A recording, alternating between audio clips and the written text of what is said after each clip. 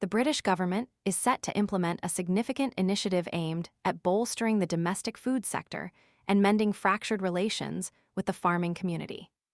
A key element of this strategy involves setting ambitious targets for hospitals, schools, and prisons.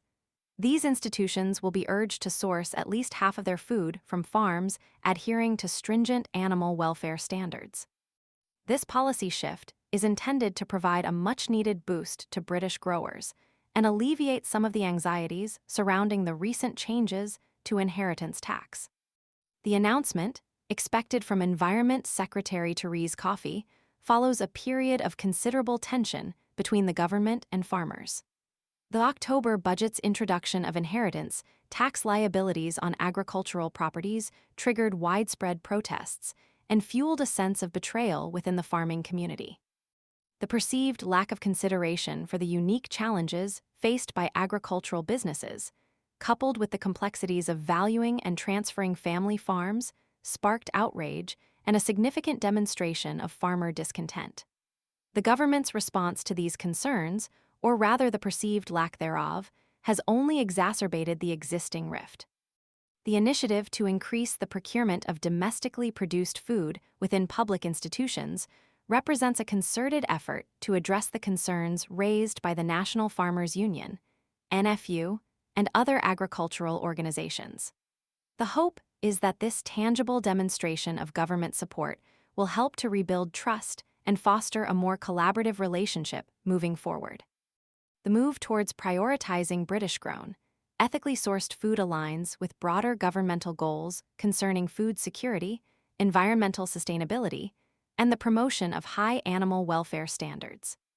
By channeling a significant portion of public sector food spending towards domestic farms, the government aims to inject much-needed capital into the agricultural industry and create a more resilient and self-sufficient food system.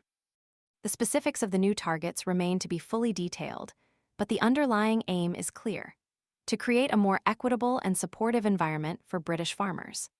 The 50% target for high-welfare sourced food within public institutions represents a substantial commitment, and the success of this initiative will hinge on effective implementation and collaboration between government bodies, procurement agencies, and the farming community itself.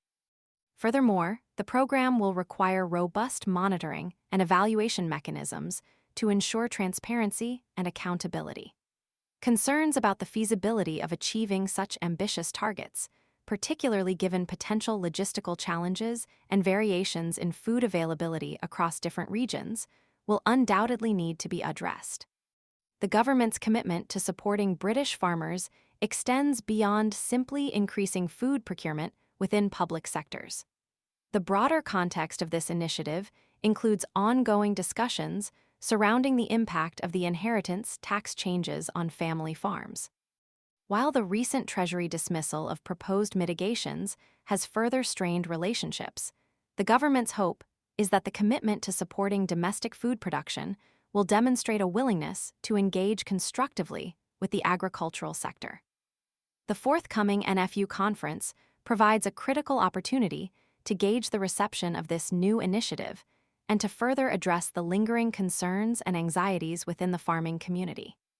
The success of this strategy will ultimately depend on open dialogue, mutual understanding, and a genuine commitment to finding sustainable solutions that support both the agricultural industry and the broader public interest.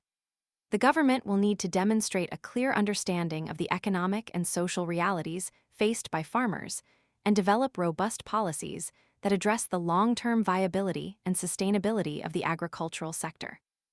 This initiative is not merely a short-term fix, but a fundamental part of a longer-term strategy to ensure a thriving and resilient food system for the UK.